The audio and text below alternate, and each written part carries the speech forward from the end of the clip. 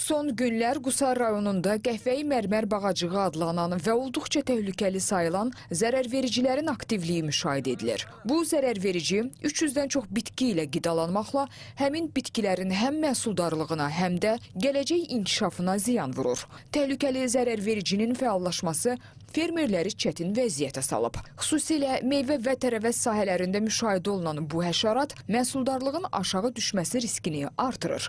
Fermerlər bildirirlər ki, vaxtında tədbir görülməzsə, mövsümün sonunda ciddi itkilərlə üzləşə bilərlər. Narahatıq, təkcə mən yox, bütün cəmaət narahatdır.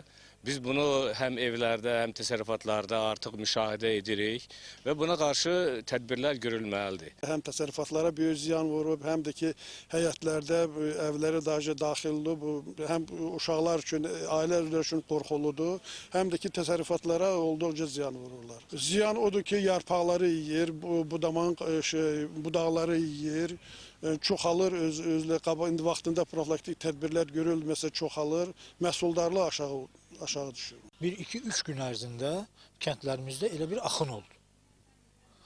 Yəni bütün evlərdə, divarlarda, yəni hər yerdə biz bunları gördük. Həm məhsuldarlığa, yəni həm bitkilər məhsuldarlığına, yəni onların inkişafına müəyyən zərərləri var.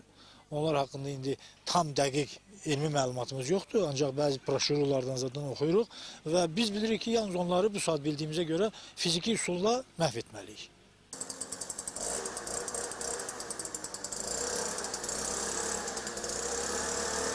Qəhvəyi mərmər bağacığına qarşı mübarizə məqsədi ilə Qusar Dövlət Aqrar İnkişaf Mərkəzi tərəfindən rayon ərazisində kompleks mübarizə tədbirləri davam etdirilir. Bugünədək 63 yaşayış məntəqəsində ümumilikdə 800 ədəd feromen tələ quraşdırılıb. Mütəmadi monitorinqlər aparılıb və aşkarlanan yüzlərlə yetkin fərd mexaniki üsulla məhv edilib.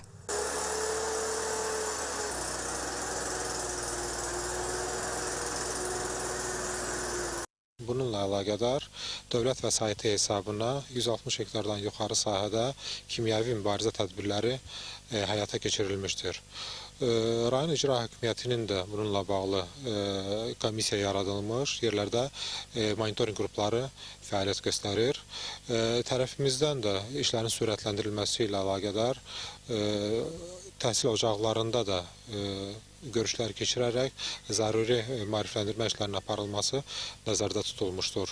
Bütün bu işlərin həyata keçirilməsində məqsəd zərərvericinin yayılmasının qarşısının alınması, fermerin məhsulun qorunması və rayonda fitosanitar vəziyyətinin sabit saxlanılmasıdır.